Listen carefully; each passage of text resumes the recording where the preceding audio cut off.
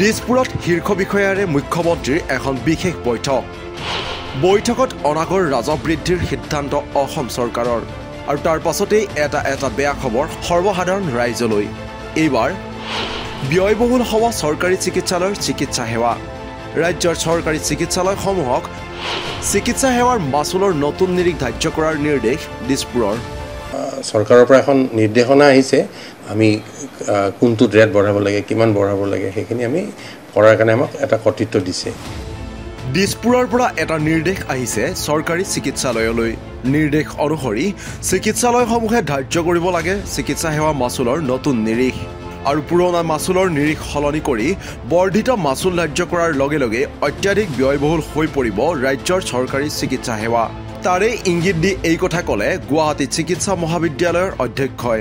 চৰকাৰৰ পৰা এখন নিৰ্দেশনা আহিছে যে আমাৰ যিটো আমাৰ হস্পিটেল মেনেজমেণ্ট যিটো বডি আছে ছ'চাইটি, তাৰ যিটো গভৰ্ণিং বডি আছে, গভৰ্ণিং বডিত আমি ডিচিশ্যন লৈ আমি সময়ে সময়ে আমাৰ যি ব্যৱস্থাৱলী আছে সেই ব্যৱস্থাৱলীৰ আমি কোনটো ৰেট বঢ়াব লাগে, কিমান বঢ়াব লাগে, সেইখিনি আমি কৰাৰ কাৰণে আমাক এটা কৰ্তৃত্ব দিছে।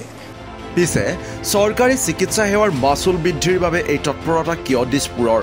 এই তৎপৰতাৰ আঁৰত আছে ৰাজ্য চৰকাৰৰ প্ৰতিটো বিভাগৰ সচিব, মুখ্য সচিবৰ সৈতে মুখ্যমন্ত্ৰীয়ে হোৱা এক বৈঠকৰ এলানি সিদ্ধান্ত। মন কৰক, জনতা ভৱনৰ সাধাৰণ প্ৰশাসন বিভাগে ৰাজ্য চৰকাৰৰ প্ৰতিটো বিভাগলৈ প্ৰেৰণ কৰা এই পত্ৰলৈ বিগত 7 এপ্ৰিলত প্ৰেৰণ কৰা এই পত্ৰত 29 মাৰ্চত ৰাজ্য চৰকাৰৰ বিভিন্ন বিভাগৰ সচিব, মুখ্য সচিবৰ সৈতে মুখ্যমন্ত্ৰী ডক্টৰ হিমন্ত বিশ্ব শৰ্মাৰ এক বৈঠকৰ সিদ্ধান্তসমূহ অৱগত কৰা হৈছে বিভাগসমূহক। পত্ৰৰ তথ্য অনুসৰি 29 এপ্ৰিলত মুখ্যমন্ত্ৰীৰ উপস্থিতিত অনুষ্ঠিত বৈঠকত গ্ৰহণ কৰা হৈছিল অনাকৰ ৰাজহ সংগ্ৰহ বৃদ্ধিৰ সিদ্ধান্ত। সিদ্ধান্তত কোৱা হয় যে ৰাজ্য চৰকাৰৰ প্ৰতিটো বিভাগৰ বিভিন্ন সেৱাৰ ব্যৱহাৰকাৰী মাচুলৰ নিৰিখ বছৰ বছৰ ধৰি সাল সলনি কৰা হোৱা নাই। সেৱাৰ প্ৰকাৰ অনুসৰি এই নিৰিখ বৃদ্ধি কৰিব পাৰি। সেই অনুযায়ী ব্যৱহাৰকাৰী মাচুল সংগ্ৰহৰ পৰিমাণ বৰ্তমানৰ 50 কোটিৰ পৰা 2024-25 বৰ্ষত 200 কোটিলৈ বৃদ্ধি কৰিব পাৰি।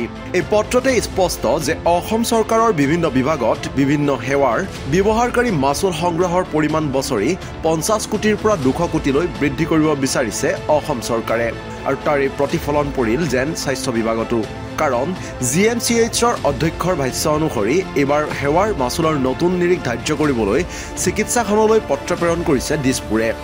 চৰকাৰৰ পৰা এখন নিৰ্দেশনা আহিছে যে আমাৰ যিটো আমাৰ হস্পিটেল মেনেজমেণ্ট যিটো বডি আছে ছ'চাইটি, তাৰ যিটো গভৰ্ণিং বডি আছে, গভৰ্ণিং বডিত আমি ডিচিশ্যন লৈ আমি সময়ে সময়ে আমাৰ যি ব্যৱস্থাৱলী আছে সেই ব্যৱস্থাৱলীৰ আমি কোনটো ৰেট বঢ়াব লাগে, কিমান বঢ়াব লাগে, সেইখিনি আমি কৰাৰ কাৰণে আমাক এটা কৰ্তৃত্ব দিছে।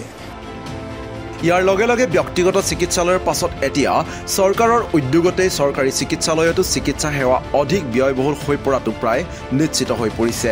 1 আগষ্টৰ পৰাই চৰকাৰী চিকিৎসালয়ত পঞ্জীয়ন মাচুলৰ পৰা আৰম্ভ কৰি MRI, CT স্কেন, এক্স-ৰে আদি পৰীক্ষাৰো মাচুল বৃদ্ধি পাব বুলি চৰ্চা চলিছে।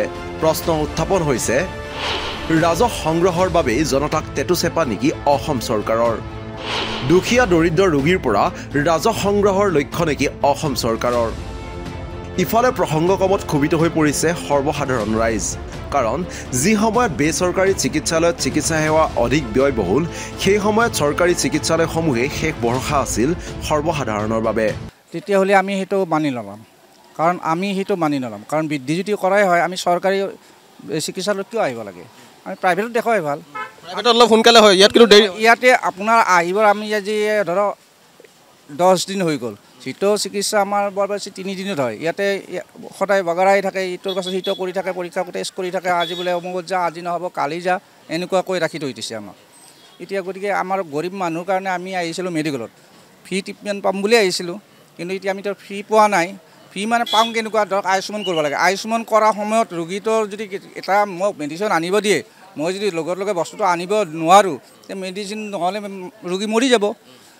আৰু আয়ুষ্মানৰ দ্বাৰা মেডিচিন কিনা গ'লে মানুহ মৰি হৈ যাব, দীঘলীয়া হৈ যায়। তাৰ কাৰণে আমি অসুবিধা পাইছোঁ, বহুত অসুবিধা পাইছোঁ। লাইন পাতিব লগাৰ কাৰণে বহুত অসুবিধা পাইছোঁ। তাৰমানে এক জেগাতে বস্তুটো আমাৰ আয়ুষ্মানখন জমা ৰাখক, তেখেতসকলে আমাক বস্তুখিনি দি দিয়ক, তেতিয়াহ'লে আমাৰ সহজ হয় বস্তুটো। আৰু দাম বাঢ়িলে আমি ল'ৰা ছোৱালীক লৈ এই মৰা বস্তু খুৱাই কিনি মৰুৱাই ভাল। আমি আৰু একবাৰ GMC মেডিকেল হওক যি হওক আমি নুসুমাওঁ বেমাৰ হ'লে চবক সাৱটি ধৰিম অলপ অলপ খুৱাই মৰুৱাই ভাল ইফালে অসম চৰকাৰৰ এনে কাৰ্যক কঠোৰ ভাষাৰে সমালোচনা কৰিছে বিধায়ক অখিল গগৈয়ে যে অসম চৰকাৰে অসমৰ সকলো চৰকাৰী খণ্ডৰ চিকিৎসালয়ৰ চিকিৎসা ব্যয় চিকিৎসালয়লৈ প্ৰৱেশ কৰিবৰ কাৰণে যি ৰেজিষ্ট্ৰেশ্যন ফিজ থাকে প্ৰথমতে গৈয়ে আগতে 10 টকা লৈছিলে সেই 10 টকাটো 20 টকা কৰিবলৈ লোৱা বুলি সিদ্ধান্ত লোৱা বুলি জানিব পৰা গৈছে আমি ইয়াৰ তীব্ৰ বিৰোধিতা কৰিছো তাৰোপৰি সকলোবিলাক লেবৰেটৰীৰ চাৰ্জ ব্লাড টেষ্টৰ পৰা আৰম্ভ কৰি এক্সৰেৰ পৰা আৰম্ভ কৰি সিটি স্কেনৰ পৰা আৰম্ভ কৰি যিবিলাক আগতে চৰকাৰী চিকিৎসালয়ত যিটো ৰেট লৈ আছিল সেইটোৱে যথেষ্ট পৰিমাণে বেছি আকৌ সেই চিকিৎসা যিটো লেবৰেটৰী খৰচ সেই ফিজটো পুনৰ বৃদ্ধি কৰিবৰ কাৰণে যি সিদ্ধান্ত লৈছে বুলি ব্যাপক ৰূপত চৰ্চা হৈছে আমি চৰকাৰৰ এনেকুৱা মূল্য বৃদ্ধিৰ তীব্ৰ বিৰোধিতা কৰিছো আমি আটাই জনা দৰকাৰ যে অসমৰ চিকিৎসালয়বিলাকৰ চিকিৎসা সেৱাৰ মান যথেষ্ট বেয়া যাক ইংৰাজীত কোৱালিটি হেল্থ কেয়াৰ সাৰ্ভিস বুলি কোৱা হয় বা গুণগত চিকিৎসা সেৱা বুলি কোৱা হয় অসমৰ চিকিৎসালয়বিলাকত এতিয়ালৈকে গুণগত সেৱা নাই বুলি ক'ব পাৰি বহুত কম গুণগত সেৱা আমি লাভ কৰোঁ অসমৰ চিকিৎসালয়বিলাকত সেইকাৰণে চৰকাৰী চিকিৎসালয়বিলাকত সেইকাৰণে সাধাৰণতে এতিয়া একেবাৰে দৰিদ্ৰ শ্ৰেণীটো আৰু নিম্ন মধ্যবিত্ত শ্ৰেণীটোৱে কেৱল চিকিৎসা সেৱা গ্ৰহণ কৰে সেইকাৰণে যদি চৰকাৰী চিকিৎসা সেৱাৰ মান বৃদ্ধি কৰা হয় বা চৰকাৰী চিকিৎসালয়ত যিকোনো এটা সাৰ্ভিসৰ মান বৃদ্ধি কৰি দিয়া হয় মাসুল বৃদ্ধি কৰি দিয়া হয় এটো হল ডাইৰেক্টলি জনগণৰ ওপৰত ৰামতামুল